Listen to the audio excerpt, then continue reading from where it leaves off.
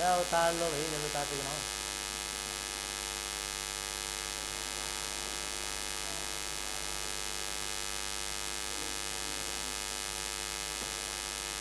उतारो जल्दी जरा फटाफट।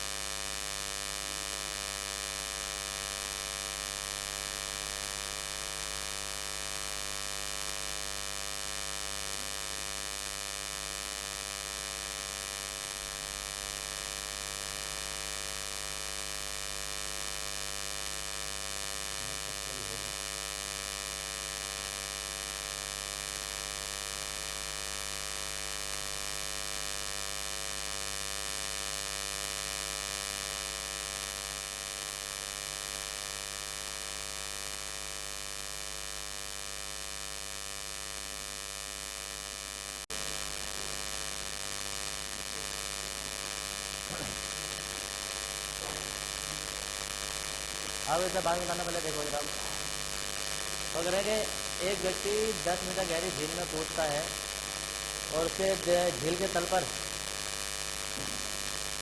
पर उस पर दाब याद करना है।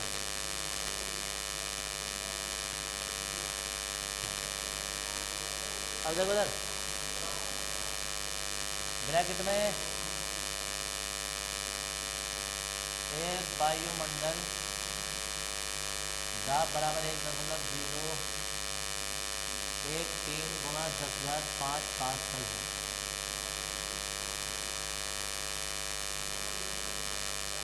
ये सब अरे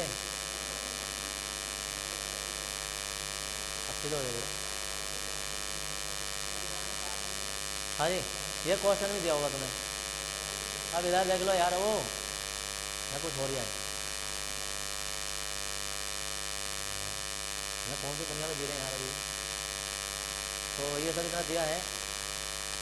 और सबसे पहले देखेंगे दिया क्या। एक तो मैंने एस कमान दिया 10 मीटर, जी कमान दी 10 मीटर प्रति सेंटीमीटर, और घनत्व दे दिया रो बराबर 1 गुणा 10/3 ग्राम प्रति मीटर की। हम निकालेंगे द्रव द्वारा व्यक्ति पर आरोपित दाब। द्रव द्वारा व्यक्ति पर आरोपित दाब जो है वो P बराबर रो जी है। रो का मान जो वो 1 गुणा 10/3 है, जी का मान 10 है, और एच का मान जो है 10 है, यानी कि 2 घाते देंगे 1 गुणा 10/5 है। P बराबर 5 है।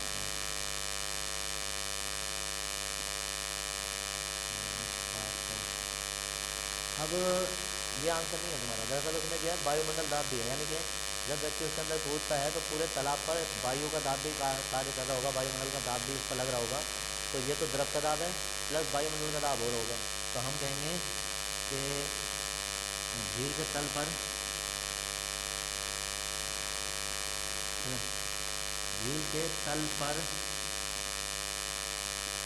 व्यक्ति पर कुल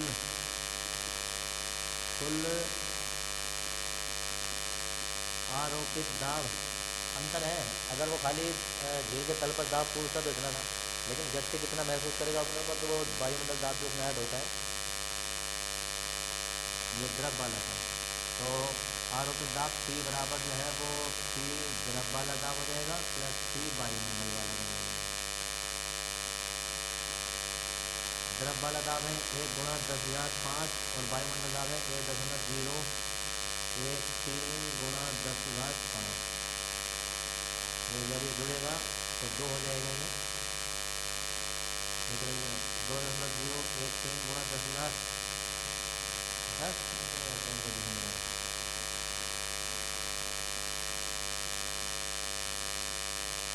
पास्कल। ये कुल दाब इतना हो जाएगा। ये भाषा बाहर कॉमन ले ली जाती है, अंदर अंदर वाले मान बोलते हैं, ये आंसर है। तो कुल दाब इतना होता है। ज़्यादातर लोग यही आंसर निकाल के छोड़ देते हैं सवाल में, ये करेंगे इसको।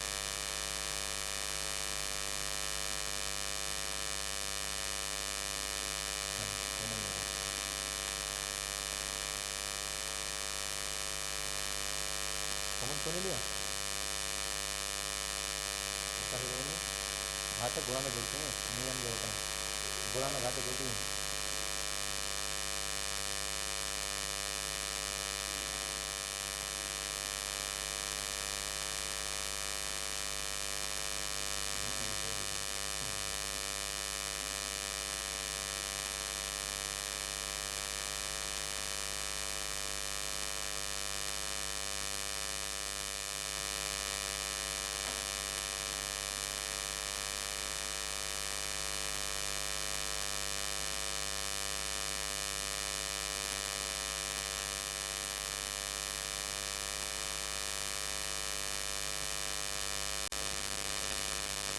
बताने मुझे क्या कारण है कि आंधी में टीन की छत उड़ जाती है?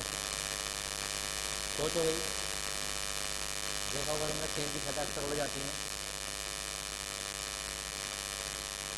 उड़ जाती है, साइंस कहती है। हाँ वो टीन टीन तो टीन है, सीमेंट वाली जो भी होती है वो आनी है।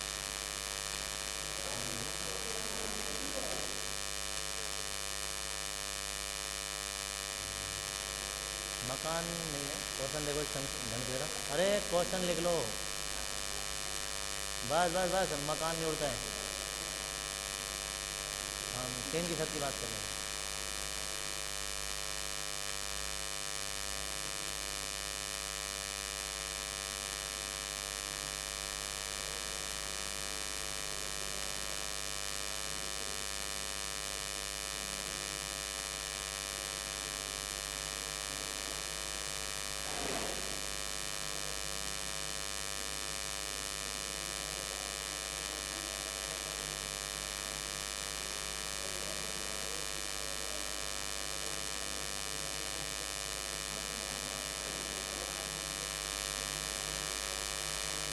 देखो इधर, अरे बोला नहीं भाई,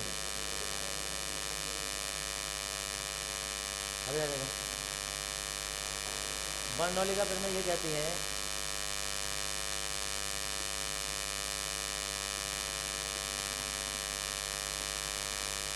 कि अगर कहीं वेग अधिक है तो वहाँ दाब कम होगा, और कहीं वेग कम है तो दाब अधिक होगा। याद रखना, दो अलग अलग चीज़ें हैं ये, कि अगर कहीं स्पीड से कोई चीज़ निकल जा रही है तो उसका दाब उस जगह पर कम लगता है, और कोई चीज़ धीरे धीरे जा रही है तो उसका दाब वहाँ ज़्यादा लगता है। तो वेग जितना ज़्यादा होगा जिस भी चीज़ का, उसका दाब उतना ही कम लगेगा। अगर तुम अपनी खुद की बात करो तो अगर तुम तराजू पर खड़ोगे तो लोगे ना, तो 50 किलो के नॉर्मली जैसा आए, अब यही काम तराजू पर रख लेना, उसको भाग के अगर पैर रख के निकल जाना, 50 किलो आएगा नहीं, वो कम आएगा। या यही काम ऐसे कर सकते हो तुम कि कहीं जो तराजू जैसे होती है, अगर उसमें तुम बाइक से देख सकते हो, बाइक को एक तो नॉर्मली रखोगे, तोलना रखोगे, जब रखोगे तोलोगे तो सोचिए 7 क्विंटल की जैसे बाइक आ रही है, फिर आराम से 14 जैसे डाल के लगभग 50-60 की चीज़ को निकाल देना उसी तराजू को ऊपर से, फिर नंबर देखना कितनी आएगी, जितनी है। जितना ज़्यादा वेग होता है उतना ही दाब कम लगता है। बहुत सारे लोगों को तुमने ना वो देखा होगा, थोड़ी आइटम आइटम करते हुए देखते हैं, साइकिल वाइकिल वाले वगैरह, कि अपनों को मोटरसाइकिल उतरवा लेते हैं, कुछ उतरवा लेते हैं, तो ज़्यादा करते हैं पहली बात तो वो पूरी नहीं उतरवाते, कुछ पटला वटला वगैरह रख लेते हैं, उसके ऊपर से उतरवाते। देखा किसी ने? होता क्या है कि उस पर भी यही सिद्धांत काम करता है, उसको 2 सिद्धांत काम करते हैं, तो उनमें थोड़ी सी हाथ की सफाई होती है उनकी। क्या होता है कि एक तो वो पटला उस हिसाब से रखते हैं कि वो जैसे ही बाइक उस पर जाती है तो उसका वजन ऐसे करके ट्रांसफर हो जाता है ऐसे करके, ऐसा करके। दूसरी बात, क्योंकि जो चलाने वाला होता है वो खुद ही इतना ऐसा होता है कि उसको स्पीड में निकालता है वहाँ से, तो एक तो वजन उसका वैसे कम होगी। मतलब कि अगर कोई चीज़ रख कर तुम किसी के ऊपर को उतार रहे हो, चाहे तुम उसके ऊपर बैठ के उतार रहे हो, समझिए, और बुत्ते जी से तुमने उतार दी, चाहे तुम आगे रेस बोली और फटाक से उतार दी, तो नीचे वालों को वजन का एहसास ही नहीं होगा, बहुत कम होगा, ना के बराबर, समझिए।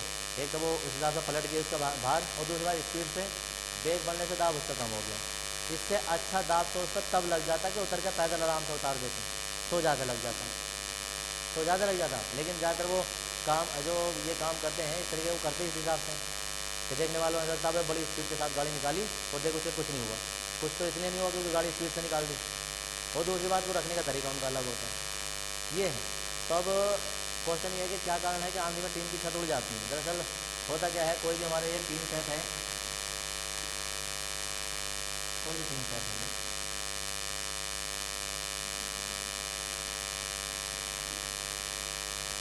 घर बना लो यार,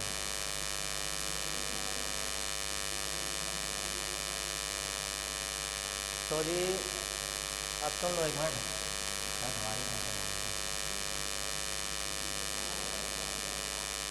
ठीक है जी। अब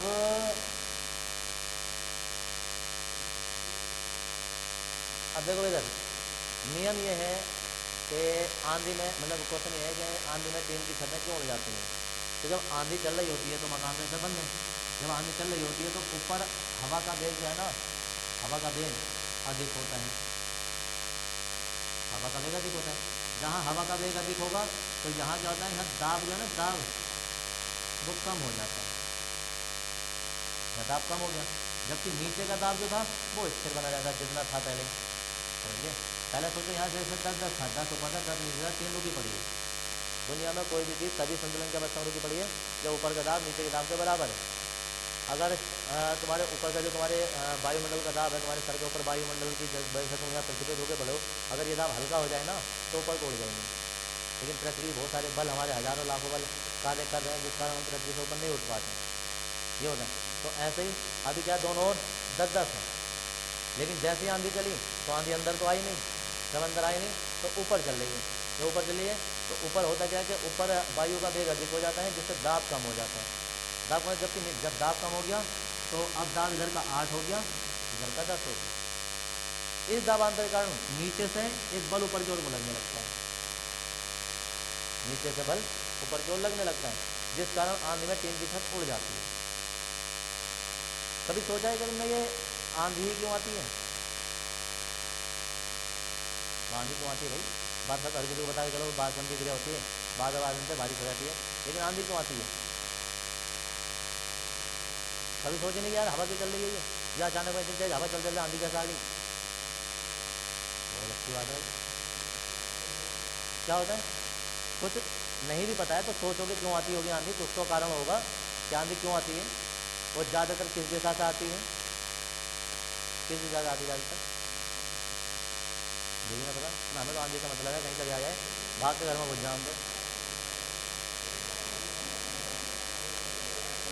वो इधर ये जो भी कह रहे हो तुम लोग, क्या कह रहे हो, तुम ना पढ़ ले उसमें, ये बस वही कह रहे। हाँ जी, इस दिशा से तो सही है। अच्छा, कभी तुमने कभी रेलवे उसमें रेल में कभी यात्रा की हो जैसे, तो रेलवे स्टेशन जैसे जाते हैं तो अनाउंसमेंट होता है भाई ट्रेन आ रही है ना, यात्री का अनुरोध है कि वो उचित दूरी बनाए रखें। ऐसा नहीं सुना कभी? फिर क्या उससे रेल प्लेटफॉर्म से थोड़े सीधे खड़े हो या थोड़े हट के खड़े हो, या इंस्ट्रक्शन भी लिखे होते हैं, ज़्यादा लिखे होते हैं, बार बार अनाउंसमेंट भी होता रहता है, ऐसे क्या होता है? कभी ट्रेन पटरी पर से इधर को आ जाए, प्लेटफॉर्म में उतर का आ जाए, ऐसा कभी हो सकता है? कभी ट्रेन इधर से इधर को आ जाए। अच्छा, हवा तेज आएगी तो और अच्छी बात है, उड़ा के तो जाएगी, उड़ा के कभी पटरी पर कर, अगर सुनो इधर कोई यहाँ से खड़ा है, किसी ने हवा का झोंका का जो दिया तो वो उधर को थोड़ा गिरेगा, वो तो दूर को जाएगा, क्योंकि ट्रेन तो फैलाते हुए जाएगी हवा को।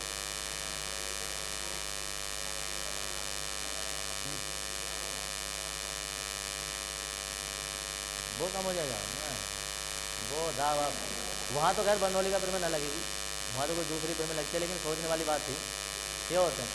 चलो फिलहाल अब पता नहीं, मैं तुम्हें ये बताने की कोशिश कर रहा था, पता चला भाई साहब आंधी का ना पता, तो फिर आंधी में उड़ेंगे ऐसे टीनें, हम धड़ाधड़ टीन उड़ाने पर लग रहे हैं और आंधी का पता नहीं, क्या फ़ायदा भैया इससे। हाँ तो भाई सारे इधर होशियार है, कक्षा 8 में पढ़ लेते हैं आंधी कैसे आती है, तो इसलिए पता हो जाता है लोगों को, भूगोल वूगोल में पढ़ लेते हैं। देखो आंधी जहाँ से भी आती है वो तुम्हें अभी बाद में पता चलेगा। ऐसा समझो कि जब कभी वायु को गर्म किया जाता है, वायु को गर्म किया जाता है तो वायु हल्की हो जाती है, याद रखना इस बात को, जब कभी भी वायु को गर्म किया जाता है तो वायु हल्की हो जाती है।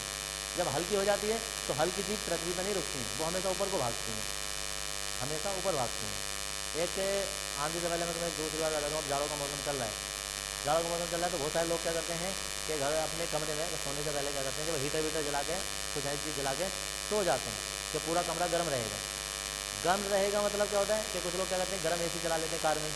बहुत सारे कभी तुम केस सुनोगे कार में एसी चलाई और मर गए व्यक्ति। कारण मरने का कारण क्या होता है, या उसमें क्या कहते हैं कमरे में जो ज़्यादातर लोग मरे ही रह जाते हैं या सोते ही रह जाते हैं। क्यों हो जाता है? क्योंकि अंदर तुमने कोई हीटर वीटर वगैरह चलाया, कमरे में कहीं बाहर से हवा नहीं आ रही है, कमरा पूरा पैक कर दिया, कहीं से हवा आ भी रही थी तुमने कुछ खाली बंद कर दिया, ठीक है ना, नहीं हवा नहीं आ रही। अब हवा नहीं आ रही तो अंदर हवा है, अब अंदर हवा है, हवा धीरे धीरे गर्म हो रही है, हवा धीरे धीरे गर्म हो रही है। तुम खाट पे या बेड पे लेटे हो और हवा गर्म हो रही है, गर्म होकर हवा की खासियत होती है जो ऑक्सीजन है वो गर्म होकर सीधी उड़ती है ऊपर को, ऊपर जाके जितनी भी यहाँ के आसपास की ऑक्सीजन थी वो गर्म होकर हल्की हो गई, हल्की होकर छत पर चली गई, छत से निकली तो नहीं। लेकिन तुम्हारा जहाँ मुँह था, जहाँ तुम श्वसन क्रिया कर रहे थे, अब वहाँ ऑक्सीजन नहीं है, तो वहाँ ऑक्सीजन नहीं है तो अब वहाँ क्या, वहाँ सिर्फ कार्बन डाइऑक्साइड की दूसरी क्या होती होगी जिसका तुम श्वसन क्रिया लेते हो, और व्यक्ति सोते सोते सोता रह जाता है क्योंकि ऑक्सीजन मिली नहीं। इसलिए अब होता क्या है, ये काम बहुत करते हैं लोग। अब एक दूसरा कारण होता है जहाँ लाइट वगैरह नहीं होती, वो लोग क्या करते हैं कि कमरे में वो अंगीठी बना लेते हैं, वो लोग की कुछ जगा लेते हैं या कुछ ऐसे, और रात को सो जाते हैं। उसका मरने का डबल फायदा होता है, डबल फायदा। एक तो वो गर्म कर रही है, गर्म कर रही है तो ऑक्सीजन पहले से ऊपर जा रही थी, वो तो जा रही है, ऊपर से जो कोयले अंगीठी वगैरह बन रही थी उसे बाहर से ऑक्सीजन मिलने रही है, तो वहीं कार्बन, ये जो उसमें कार्बन होता है वो ऑक्सीजन से क्रिया करके कार्बन मोनोऑक्साइड बना देता है। कार्बन मोनोऑक्साइड विषैली गैस होती है, विषैली गैस होती है, वो जाके सीधा अंदर शरीर में जाती है और कार्बोक्सी हीमोग्लोबिन बनाती है, हीमोग्लोबिन से क्रिया करती है जाके, और वो क्या करता है कि जो ऑक्सीजन प्रवाह की क्रिया थी वो रुक जाती है। अब व्यक्ति को दम घुटने लगता है, दम घुट के उसकी व्यक्ति की मौत हो जाती है, तो सोते ही रह जाते हैं दोनों कारण। अब बचने का तरीका क्या है? अगर कोई घर में हीटर जला रहा है, कमरे में हीटर जला रहा है या कोई ऐसी चीज़ जला रहा है, तो वहाँ हवा का सर्कुलेशन होना चाहिए। हवा का सर्कुलेशन होने का मतलब बाहर से हवा भी अंदर आती रहनी चाहिए धीरे धीरे, ताकि अगर जो ऑक्सीजन गर्म होकर ऊपर जा रही है तो ताज़ी दूसरी ऑक्सीजन आ रही है। लेकिन गाँव में या कहीं और जगह दूसरे करते हैं उल्टा, तो जगह नीचे भी छेद है जिसमें पिन्नी लगाओ, उधर भी छेद है उसे ही बंद करो, उसे ऊपर भी रहेगा उसे ही बंद करो, जहाँ 2-4 घंटे में मरते पहले ही निकल लेंगे। हाँ, इतना टाइम किस पर रखा है, ये होता है। तो हवा या ऑक्सीजन, हवा या ऑक्सीजन जब कभी भी गर्म होती है वो हल्की हो जाती है, हल्की होकर वहाँ से हट जाती है। अब देखो आंधी क्यों आती है? जहाँ कहीं भी ज़्यादा गर्मी पड़ती है, ज़्यादा गर्मी पड़ती है कहीं भी, सोचो यहाँ से लेके यहाँ तक पूरा हमारा ये इंडिया का कहीं पूरा मैप ही समझो ऐसा करके। अब इधर की साइड कहीं गर्मी पड़ी, सोचो चेन्नई वेन्नई वगैरह है, बंगाल की खाड़ी में यहाँ गर्मी पड़ी, क्या हो गया? अब गर्मी पड़ने से होता क्या कि यहाँ आसपास की वायु गर्म हुई, गर्म होकर ऊपर चली गई, गर्म होकर जब ऊपर चली गई तो अब यहाँ वायु खाली हो गई, यहाँ वायु खाली हो गई। अब इस जगह की वायु को भरने के लिए आसपास की जो वायु होती है, आसपास की जो वायु होती है वो यहाँ को आती है, और धीरे नहीं आती है, बहुत तेज़ी के साथ आती है। जब बहुत तेज़ी के साथ आती है, अब रास्ते में हमारे घर हैं यहाँ, समझिए, वो आंधी तुम्हारे लिए नहीं आ रही थी, वो आंधी उस व्यक्ति स्थान को भरने के लिए आ रही थी जो कि गर्म होकर खाली हो गया था। हवा का दाब, जो वहाँ जो दबाव था वायुमंडल का वो कम हो गया है, उस दबाव को इक्वल बनाने के लिए वो आंधी आ रही थी, हवा बराबर करने के लिए। इधर वालों को इधर साथ भी नजर आएगी, तो क्या होता है रास्ते में जिसके भी घर है, रास्ते में कोई चल फिर रहा हुआ करे आंधी आ गई, वो आंधी इसलिए नहीं, वो आंधी इसको फिल इन द ब्लैंक करना आ रही थी, जितना भी खाली स्थान हो गया तो पूरा बना रही थी, जब तक पूरा भरेगा तब तक वो आंधी चलती रहेगी, आंधियाँ आती हैं। अब जिस एरिया में भी तुम कभी जाओगे तो नहीं ख्याल, लेकिन फिलहाल सहारा मरुस्थल, थार मरुस्थल, जितने मरुस्थल होते हैं, रेत की आंधी एकदम से आती है, बहुत ज़्यादा रेत की आंधी आती है। इतना रेत होता है कि हवा सांस लेना वहाँ आदमी तो वहाँ रेता खा के मर जाता है, लहरों के साथ। दरअसल समुद्र में दबाव बनता है, दबाव बनता मतलब दबाव कम हो जाता है, जिस कारण वहाँ 3-4 चीज़ें होती हैं, खाली दबाव इसकी वजह से नहीं होता है, वहाँ ज्वार भाटा भी कार्य कर रहा होता है, समझिए नहीं। जो समुद्र की लहरें उठ रही हैं, नीचे जा रही हैं, तो ज्वार और भाटा बन रहा है, तो वो चंद्रमा के गुरुत्वाकर्षण के कारण बनता है, और जिस कारण कहीं ना कहीं समुद्र के बीच तल में कहीं भी उसका वायु का दबाव कम हो जाता है, तो आसपास की वायु मई लहरों को उठा के लेके जाती है, इसलिए समुद्र में तूफान आते रहते हैं। एक तो हल्का फुल्का ज्वार भाटा बन रहा था, लेकिन जहाँ कहीं समुद्र, सोचो ये पूरा समुद्र है, यहाँ कहीं इस हिस्से में दबाव कम हो गया। तो आप कभी दोबारा से कोई ऐसी फिल्म देखना जिसमें आंधी तूफान आ रहे हो, तो जहाँ वैज्ञानिक बैठे होंगे ना मौसम विभाग के, तो वो अब सुनोगे तो तुम्हें समझ में आएगा। वो कहेंगे हवा का दबाव कम हो रहा है, मौसम विभाग की भविष्यवाणी होती है कभी तूफान आ रहे हैं, है ना, उस जगह पर बिंदु पर हवा का दबाव कम हो रहा है। हवा का दबाव कम हो रहा है मतलब आसपास की वायु जो है वो उस दबाव को भरने के लिए आ रही है। जब आ रही है तो आंधी के साथ, तूफान के साथ, लहरों के साथ, जगह समुद्र में तो मैं ज्वार भाटे के साथ आएगी, जिसमें वो लहरें खड़ी हो जाती हैं ऊपर को बनकर। तो ये समुद्र में तूफान आने का कारण होता है। और नॉर्मली जो आंधी आने का कारण होता है वो यही होता है, रेगिस्तान में बार बार हवा गर्म होती है, तो खाली हो जाती है, एकदम से आसपास की वायु आती है, रेत के तूफान आते हैं। बहुत रेत के तूफान आते हैं, यानी कितनी फिल्मों में तुमने देखा होगा, रेत की आंधी आ गई, बिछड़ गए लोग, मर गए, कुछ हो जाता है। तो ये आंधी इसलिए आती है। अब बात आती है ट्रेन के पास खड़े होने की के लिए मना किया जाता है कि ट्रेन आ रही है तुम उसके पास खड़े नहीं होते। कारण क्या होता है कि जैसे यहाँ आगे हमारी ट्रेन आने वाली है, अब जैसी ट्रेन जब आती है तो वो देखो इधर, ये यहाँ ट्रेन आनी है, हम यहाँ खड़े हैं, तो जब ट्रेन आती है ना तो वो अपने यहाँ की सारी वायु खाली कर देती है। अब ट्रेन जब यहाँ से गई है तो समझ लो, तो वो खाली कर दिया इस स्थान को उसने। और जब ये खाली कर दिया तो आसपास की जो वायु होती है वो इस खाली स्थान को भरती है तेजी के साथ। अब जैसे ही वो ट्रेन यहाँ से निकली, यहाँ भी स्थान खाली हुआ तो आसपास की वायु जो होती है वो सब भरती है। तो यहाँ खड़ो की जितनी भी कोई भी चीज़ हो या कोई वस्तु हो या कोई व्यक्ति खड़ा हो तो वो आके इसके अंदर को आ जाते हैं, ऑटोमेटिक गिर जाते हैं। अब कोई यार ट्रेन तो निकल गई, उसमें गिरा तो कुछ नुकसान थोड़ा है, ऐसा नहीं होता है। दरअसल ट्रेन के डब्बे के बीच में गैप होता है, समझिए। तो जैसी ट्रेन निकल के जाती है तो हवा यहाँ को भी भरती है।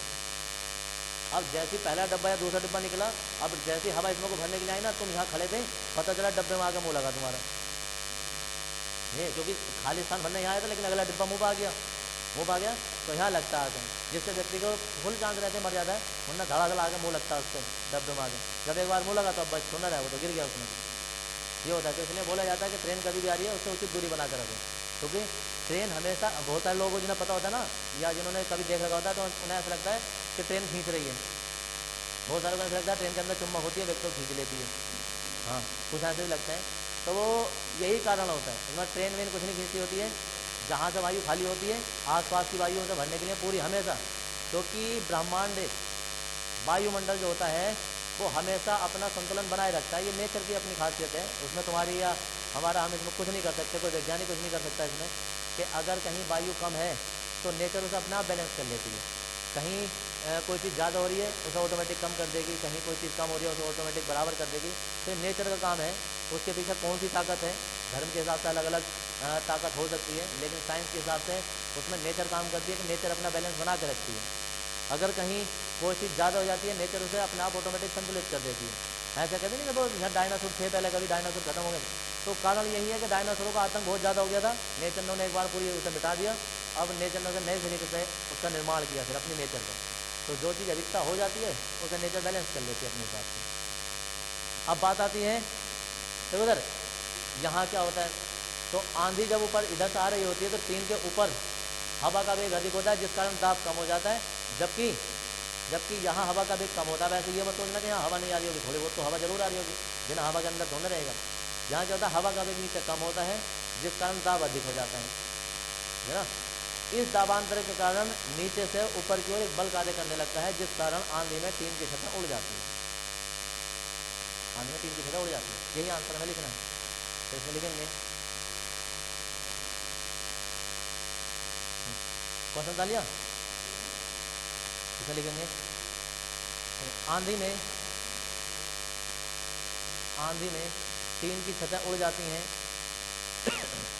आंधी में टीन की छतें उड़ जाती हैं,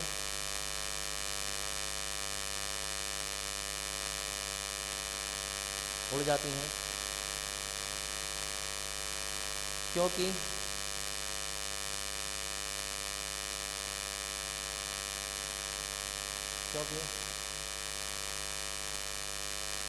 जब आंधी आती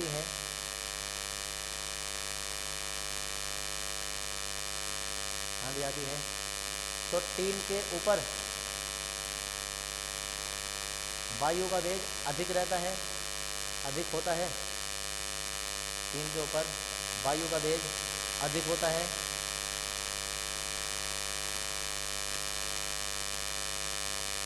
अधिक होता है, जबकि जबकि 3 के नीचे वायु का वेग कम रहता है, जबकि 3 के नीचे वायु का वेग कम रहता है।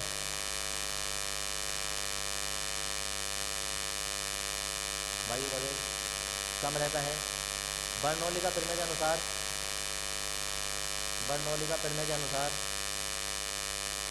वेग कम रहता है। बर्नौली का प्रमेय के अनुसार वेग अधिक होने पर, बर्नौली का प्रमेय के अनुसार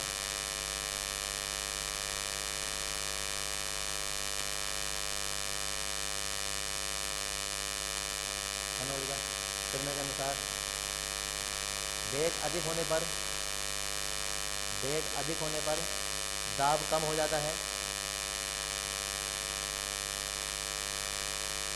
वेग अधिक होने पर दाब कम हो जाता है।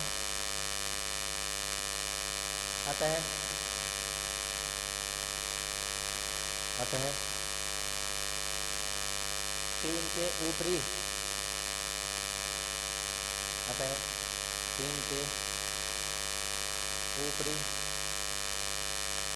ऊपरी भाग पर, ऊपरी भाग पर दाब कम हो जाता है,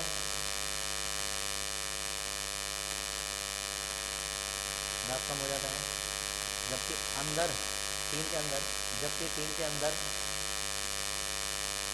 जबकि 3 के अंदर दाब कम रहता है।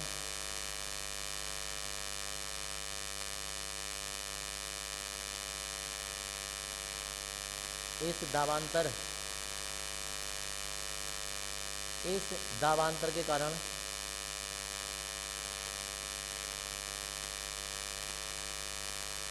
तीन के अंदर दाब कम रहता है। इस दाबांतर के कारण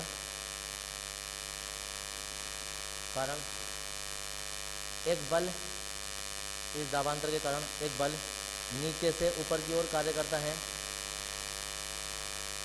एक बल नीचे से ऊपर की ओर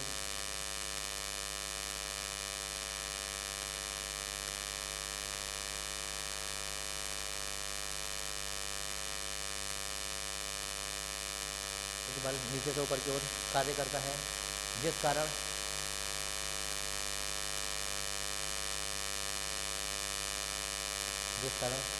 टीन की छत उड़ जाती है।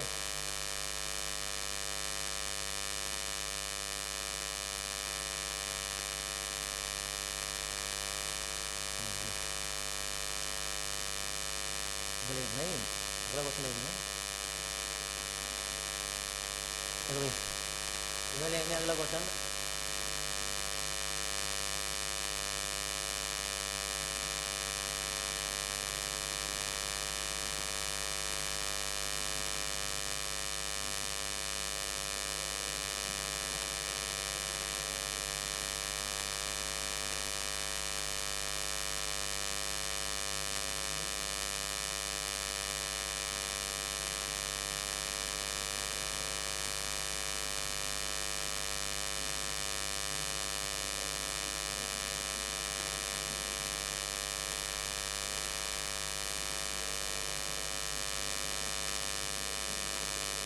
क्वेश्चन है मेघनद प्रभाव किसे कहते हैं?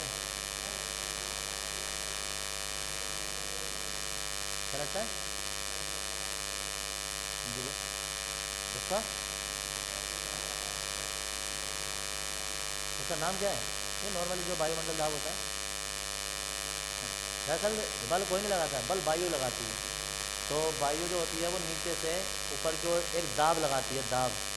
अब वो दाब जो होता है ना, वो क्षेत्रफल पर कार्य कर रहा होता है, इसलिए वो बल ही होता है। जो दाब होता है ना, वो बल ही होता है। अंतर इतना होता है कि तृतीयकांक क्षेत्रफल पर जो लगता है ना, उस बल को ही दाब कहते हैं।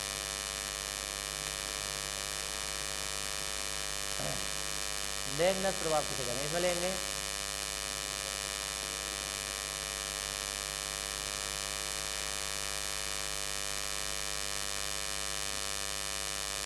देखो,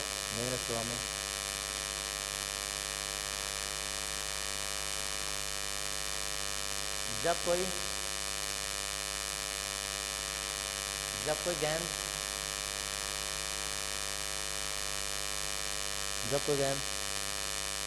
वायु में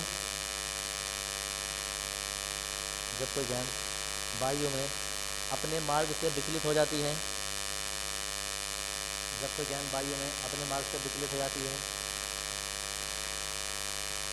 तो यह घटना मैग्नेट प्रभाव कहलाती है।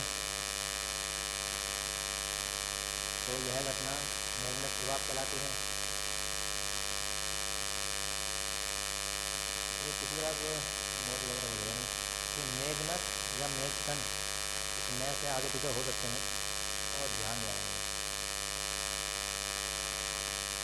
फिलहाल अभी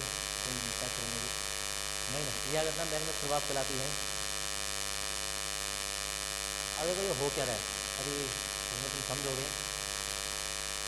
दरअसल क्रिकेट सबने देखा है, क्रिकेट ठीक है, खेले हो, लेकिन तुम अब से इस हिसाब से खेले नहीं। दरअसल होता क्या है, जब तुम किसी क्रिकेटर को देखोगे ना, वो वाले नहीं जो सुन लो एक मिनट ना, जो कि सीधी बॉल फेंकते हैं। हाँ, देखने में तुम्हें ऐसा लगता है कि यार कोई बॉलिंग, किसी बॉलर ने कोई बॉलिंग की, बैट्समैन ने जब बल्ला घुमाया तो बॉल जाना उसकी करवट में होकर निकल गई, ऐसे निकल जाती है। अब तुम देखते हो निकल गई करवट में, खाली निकल गई जैसे।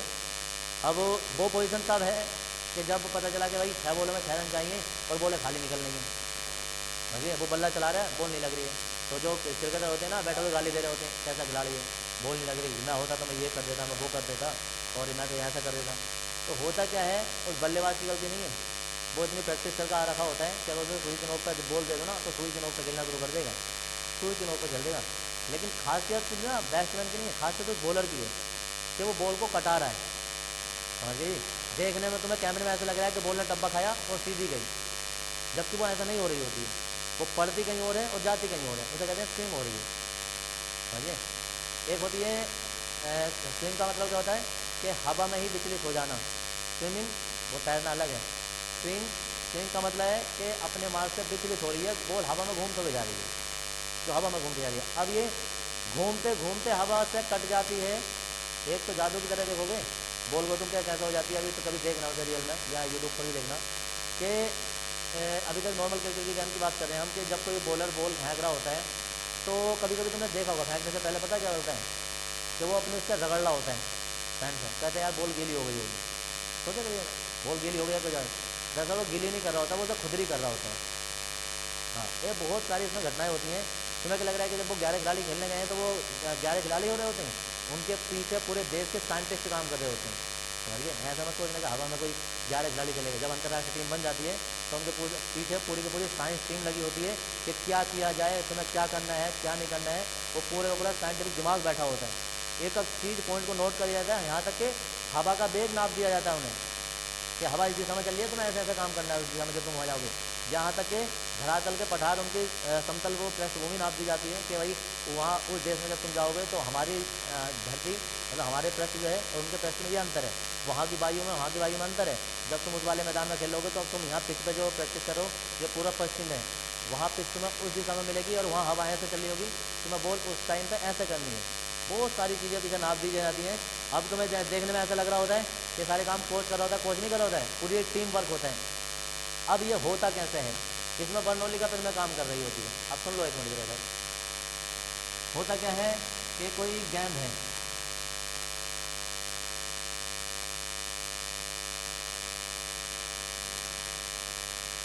ठीक है जी। अब गेंद ने घूमना शुरू किया, सुनो इधर, गेंद ने घूमना शुरू किया, गेंद जा रही है, देखो सर गेंद आगे भी जा रही है, घूमते हुए ऐसे करके घूमते हुए जा रही है गेंद, और वो गेंद जा रही है बी वेग से। वायु का अपना वेग है, वो है यू वेग, बॉल आगे जा रही है घूमते हुए ऐसे करके, तो उसका बी वेग है क्योंकि वो आगे जा रही है। अब वायु पीछे की ओर उसे रोकना चाह रही है, वायु का वेग है, तो परिणाम वेग क्या होगा, एक वेग आगे की ओर काम कर रहा है, एक वेग पीछे की ओर काम कर रहा है, ज़्यादा कौन सा बी है यू, बी है, आगे को जा रही है, अगर जो ये ज़्यादा होता तो रोक देता उसे, तो परिणामी वेग जो होगा ना बी माइनस यू होगा, क्योंकि एक दूसरे की दिशा विपरीत है। अब नीचे का पृष्ठ देखो, नीचे का पृष्ठ क्या होता है, नीचे का पृष्ठ पे जब जाएगी बॉल घूमते हुए ऐसे करके, तो अब ये घूम रहा है तो ये वाला सिरा बीज होगा वो इधर होगा, वायु का वेग किधर होगा, वो भी इधर ही होगा यू। तो परिणामी वेग जो होगा वो बी प्लस यू हो जाएगा। यहाँ वेग अधिक हो गया, यहाँ वेग कम हो गया। जब वेग कम हो गया तो दाब अधिक हो गया, और यहाँ वेग अधिक हो गया तो दाब क्या हो जाएगा, दाब कम हो गया। इसे तुम ऊपर नीचे मत समझना, इसे तुम साइड समझना, क्योंकि बॉल कभी भी वो ऐसा घुमा के नहीं फेंकते हैं। कभी देखना वो ऐसा घुमा के फेंक रहे होते हैं, क्या कभी ऐसे जितनी ज़्यादा इधर घुमाते हैं उतनी ज़्यादा कट जाती है, या जितनी तिरछी घुमा रहे होते हैं। कभी तुम सोचो ऐसा सामने घूम रही होती है, सामने को नहीं घूम रही होती, थोड़ी तिरछी घुमाते हैं इधर को या इधर को या ऐसा करके। बहुत सारों की तो बॉल बहुत ज़्यादा कटती है, समझ गए जी। अब उसमें काम क्या हो रहा होता है, सुनो उधर जब बॉल घूम रही होती है इस तरीके से, तो ऊपर की ओर जो वेग है वो तो हो गया तुम्हारा कम, समझिए। नीचे की ओर हो गया बॉल जो वेग है तुम्हारा वो हो गया ज़्यादा। जब वेग सॉरी यहाँ जो वेग है तुम्हारा वेग ज़्यादा हो गया तो दाब हो गया कम, वहाँ दाब हो गया ज़्यादा, यानी कि ऊपर से नीचे की ओर एक दाब काम करता है हवा हवा में। क्रिकेटर को देखने में ऐसा लगता है जो बैट्समैन है कि बॉल टप्पा पड़ के यहाँ आएगी, जब वो इधर आएगी, लेकिन वो हवा हवा में निकल जाती है। समझिए, बॉल देखने में जो हमें ऐसा लगता है कि यार बड़ी सीधी सीधी बॉल जा रही है, ऐसा लग नहीं रही है, दरअसल इन बॉलरों की खासियत ये होती है, कहते हैं ना यार ये एक होता है वो कटा रहा है, जैसे वही वो विचलित कर रहा है अपने मार्ग टप्पा खा के बॉल कट रही है, ये कोई बड़ा काम नहीं है, वो तो तुम जैसे घुमाओगे कट जाएगी। एक होता है कि हवा हवा में बॉल ऐसे जा रही थी, हवा हवा में कट गई, वो होती है स्विंग। यार ये खिलाड़ी जो है वो स्विंग करा है, ये स्विंग करा रहा है बॉल को, स्विंग करा रहा है, वो बॉल भयंकर बॉल होती है जो हवा हवा में कट जाती है। बहुत खिलाड़ी होते हैं, और वो स्पिनर नहीं करते हैं, ये फास्टर करते हैं ऐसा काम। बहुत सारे जो फास्ट हैं, सबसे पहले ये जो स्विंग का खेल खेला था उसमें कोई वर्ल्ड कप के फाइनल में इसने वसीम अकरम ने वकार यूनुस ने खेला था सबसे पहले, जो स्विंग कराई थी उस टाइम पर, तो ऐसा कहते हैं कि वो हार हुआ मैच जीत लिया था। तो यही काम था कि स्विंग कराने का ज़्यादातर जो पॉपुलर तरीका हुआ उस टाइम तो हुआ कि नॉर्मल स्पिन को तो हर कोई कटा लेता था, क्योंकि नॉर्मली घुमाई वो कट गई, लेकिन फास्ट बॉल को हवा हवा में कटाना ये अपना एक नई टेक्निक आई थी। तो होता हुआ उससे पहले भी, अब इसमें ये टेक्निक है कि फास्टर बॉलर तुम सोचोगे बहुत तेज फास्ट करेगा तो अच्छा बेटा, नहीं। तुम देखना बहुत सारे बॉलर ऐसे होते हैं उनकी स्पीड 130 140 आसपास रहती है, लेकिन उनकी बॉल नहीं फुटती। और बहुत सारे ऐसे होते हैं कि वो 150 160 फेंक रहे होते हैं और वो दबा दब फिटते हैं, एवरेज कितना ज़्यादा देखे जाते हैं। तो खासियत ये होती है कि उनसे स्विंग नहीं हो रही बॉल, जब स्विंग नहीं हो रही है तो भाई साहब को सीधी पड़ रही है बॉल, तो 160 छोड़ो, अगर जो 180 पे भी आ रही होगी ना तो बल्लेबाज बहुत मारेगा उस बॉल को, उसके हाथ में बल्ला है, समझ गए। लेकिन समस्या ये है कि बॉल 160-70 ना आए, बॉल भाई साहब 125 आए, लेकिन वो हवा में कट गई ना तो उसके भाई साहब हालत ख़राब हो जाती है किसी भी बैट्समैन को खेलने के लिए, क्योंकि वो उसका जजमेंट नहीं कर पाता, बॉल पड़ेगी कहीं निकल जाएगी कहीं, मानना चाहेगा इधर को स्निक हो जाएगी कहीं को, खिलाड़ी कहेगा ऐसे कैच करने के लिए। ये होता है, इसे कहते हैं मैग्नेस प्रभाव। ये अब ये तो नॉर्मली क्रिकेट में हो रहा है, इससे ज़्यादा मैग्नेस प्रभाव जो लगा रहा होता है वो लगा रहे होते हैं उसमें फुटबॉल में। सबसे दुनिया का जो नंबर 1 खेल चलता है वो क्रिकेट नहीं है, कभी कोई सोचेगा क्रिकेट है, वो फुटबॉल है। फुटबॉल में ज़्यादा, दूसरे नंबर पर टेनिस आता है, क्रिकेट तो बहुत बाद में आता है। अब फुटबॉल में तो ये मैग्नेस प्रभाव बहुत ज़्यादा लगता है। सुन के ताज्जुब होगा तुम्हें कि अगर कोई खिलाड़ी यहाँ है, देखो इधर गोल में, तुम ये समझ में ऐसे दरवाज़ा है, ये गोल करने का तुम्हारा गोल के वो है जैसे गोल करते हैं यहाँ है, कॉर्नर से जो एक्सपर्ट फुटबॉलर होते हैं, एक्सपर्ट फुटबॉलर जो होते हैं कॉर्नर से गेंद मारेंगे, मतलब ऐसे मारेंगे मुँह इधर को है, और बॉल सोचो ऐसे जाके ऐसे कट जाए हवा हवा में, कितने जादू वाला काम लगेगा कि बॉल सीधी ऐसे जानी थी लेकिन ऐसे में आके ऐसे कट गई। इसे कहते हैं बनाना बॉल, केले के आकार की बॉल। अब इसमें घटना क्या हो रही होती है, वो क्रिकेट की गेंद जब ऐसे करके वो रखी होती है, जब वो उसका ठोकर मारते हैं तो वो बीच में से नहीं मारते हैं, वो इसके इधर साइड से या इधर साइड से मारते हैं।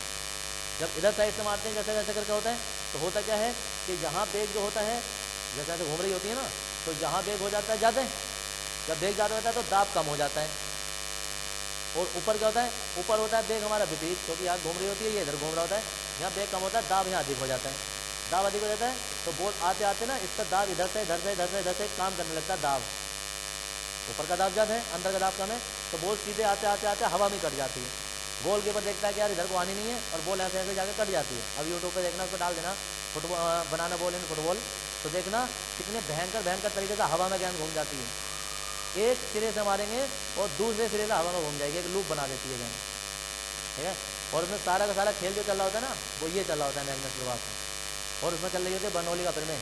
तो अब तक कभी भी कहीं कोई क्रिकेट जब कोई क्रिकेटर जब उसके हाथ से उसके बैट से जब तो खाली बॉल निकले ना, तो उसमें तारीफ बॉलर की करना, क्योंकि उसने हवा में स्विंग करा दी बॉल, और वो उसकी खासियत है। और अब ऐसा क्या होता है, नई बॉल से स्विंग नहीं होती है। क्यों नहीं होती है? क्योंकि दोनों सिरे चिकने होते हैं उसके। तो बार बार जो वो तुम देखते हो उसे पैंट पर रगड़ते हैं वो, तो उन्हें बताया जाता है, साइंटिफिक तरीके से सिखाया जाता है कि भाई साहब तुम्हें एक सिरा खुदरा रखना है, एक सिरे से छेड़खानी मत करना। जितना ज़्यादा खुदरा सिरा होगा, जितना ज़्यादा खुदरा सिरा होगा, हवा उतनी ज़्यादा रोकेगी उसे, उतनी ज़्यादा रोकेगी, बेग उतना ही कम होगा, उतनी ज़्यादा कटेगी। अगर दोनों सिरे नहीं खुरसते हैं वो देख रहे होते हैं। कभी कभी तुमने देखा होगा कि बहुत सारे क्रिकेटर 5-5 साल के बैन लगे पड़े हैं, पाकिस्तानी खिलाड़ियों को 5-5 साल का बैन लगा पड़ा, किसमें अना बॉल टैपरिंग कर रहे थे। बॉल टैपरिंग का मामला सुना है किसी ने समाचारों में? बॉल टैपरिंग कर रही है। बॉल टैपरिंग का मतलब, इस पर स्मिथ पर भी कई मैचों का बैन लग गया था, अभी आए थे स्मिथ भी, वार्नर भी अभी आया। बॉल टैपरिंग कर रहे थे। सर्च करना यूट्यूब पर, अरे सुनो गूगल पर, यूट्यूब पर सर्च करना, बॉल टैपरिंग करता है। बॉल को नाखूनों से खुरचने को टैपरिंग कहते हैं। ट्रैप कर दी बॉल आपने। ट्रैप करने का मतलब क्या होता है कि जब कोई खिलाड़ी जब कोई कप्तान मैच हार रहा होता है, तो वो क्या करता है, अब वो कोई घोटाले करता है।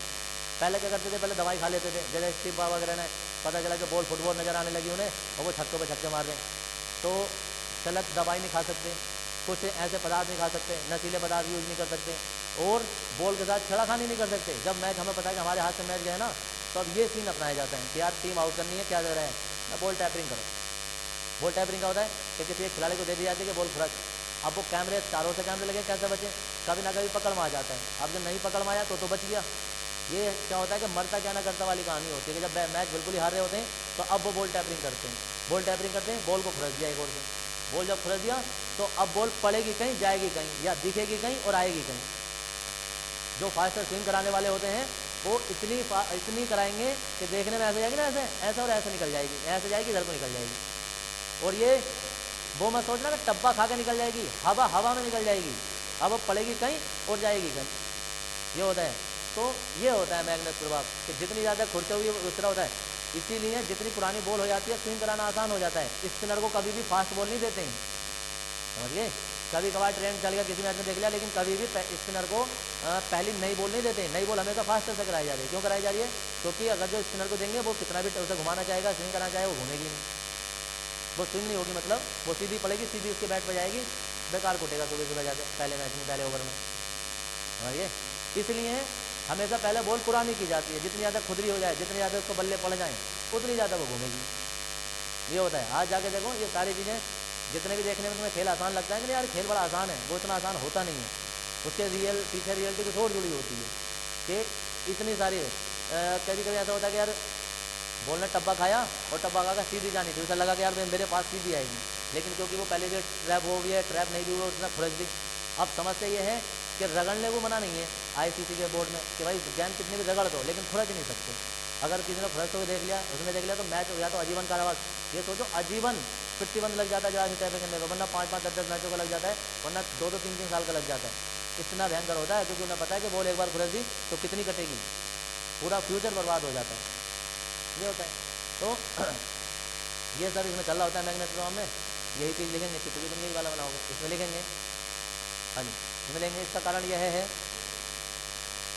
मैग्नेट प्रभाव में लिखेंगे, हाँ लिखेंगे ना, चित्र भी बाद में चित्र बाद में बना लेना, नीचे बना लेना, पहले हिंदी लिख दो 2-3 लाइनों की। इसका कारण यह है कि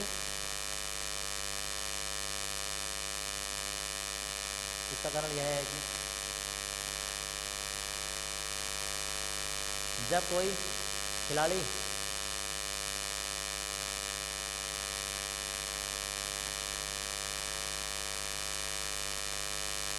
गेंद को चक्रण करते हुए फेंकता है, गेंद को चक्रण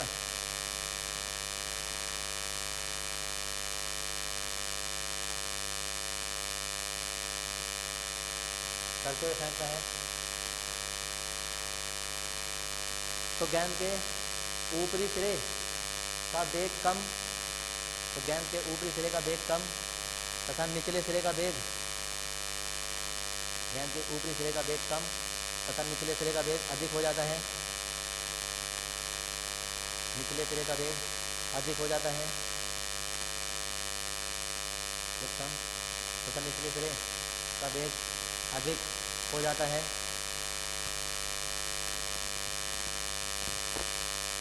बर्नौली का प्रमेय के अनुसार बर्नौली का प्रमेय के अनुसार वेग अधिक होने पर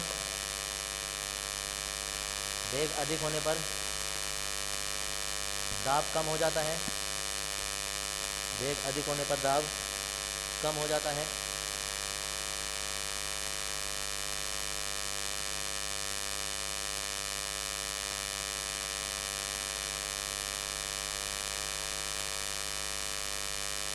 वेग अधिक होने पर दाब कम हो जाता है, जिस कारण बॉल पर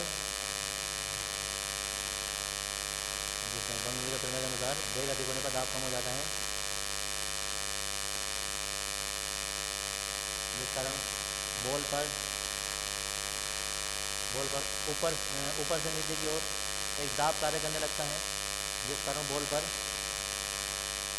ऊपर से नीचे की ओर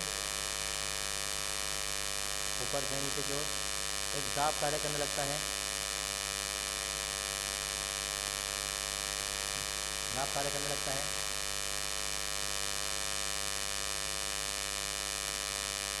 बर्नौली के प्रमेय के अनुसार वेग अधिक होने पर दाब कम हो जाता है, जिस कारण बॉल पर क्योंकि दाब ऊपर से नीचे की ओर कार्य करने लगता है और बॉल अपने मार्ग से विचलित हो जाती है। चित्र बना लेंगे जिस चैप्टर खत्म होता है तुम्हारा।